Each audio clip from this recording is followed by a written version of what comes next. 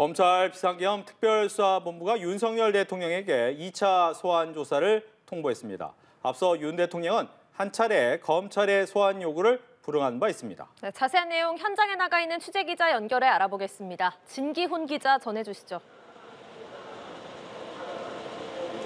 네, 서울중앙지검에 나와 있습니다. 검찰 특수본은 오늘 윤석열 대통령에게 다시 한번 소환 조사를 받으라고 통보했습니다. 앞서 윤 대통령은 검찰의 1차 소환 조사 요구에는 불응한 바 있습니다. 다만 2차 소환 날짜가 언제인지는 아직 확인되지 않았습니다.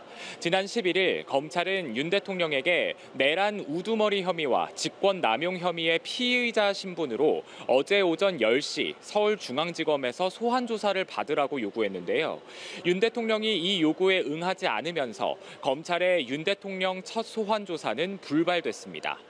윤 대통령은 앞서 지난 12일 담화에서 대통령의 비상계엄 선포권 행사는 사법심사 대상이 되지 않는다고 밝힌 바 있는데요. 윤 대통령이 이번 2차 소환 조사 요구에도 불응할 경우 검찰은 불응 사유를 분석해 다시 소환을 요구할 수 있고 정당한 사유가 없다고 판단하면 법원에서 체포영장을 발부받아 강제신병 확보에 나설 수도 있습니다. 윤 대통령이 검찰 소환 조사에 응한다면 헌정사상 현직 대통령이 피의자 신분으로 검찰에 출석하는 첫 번째 사례가 됩니다.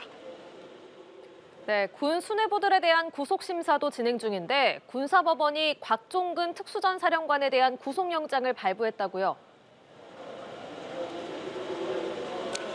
네, 중앙지역군사법원은 곽종근 특수전 사령관에 대한 구속영장을 발부했습니다. 검찰이 김용현 전 국방부 장관과 여인영 방첩사령관에 이어 곽 사령관의 신병까지 확보하게 되면서 계엄군 핵심 인물들에 대한 검찰 수사도 탄력을 받을 걸로 보입니다. 곽 사령관은 계엄 당시 국회에 소속 부대인 707 특수임무단을 투입한 인물로 앞서 국회에 출석해 윤 대통령에게 비화폰을 통해서 의원들을 끄집어내라는 지시를 직접 들었고 따르지 않았다고 밝힌 바 있습니다. 하지만 검찰은 곽 사령관이 국회 진술과 달리 계엄 당시 테이저건과 공포탄 사용을 건의했다는 박안수 육군참모총장 진술을 확보하는 등 곽 사령관의 거짓 진술 정황을 확인한 걸로 전해졌습니다. 잠시 후인 오후 3시 30분쯤에는 역시 당시에 국회에 소속 부대를 투입한 혐의를 받는 이진우 수도방위 사령관에 대한 구속 심사가 열립니다. 한편 검찰은 조사를 거부하고 있는 김용현 전 국방부 장관에 대해 강제 연행에 나섰지만 김 전 장관 측의 강한 반발로 오늘 조사는 불발됐습니다. 김 전 장관 측은 검찰 특수본의 강제 연행에 대해 직권남용 혐의로 공수처에 고발장을 접수하기도 했습니다. 지금까지 서울중앙지검에서 연합뉴스TV 진기훈입니다.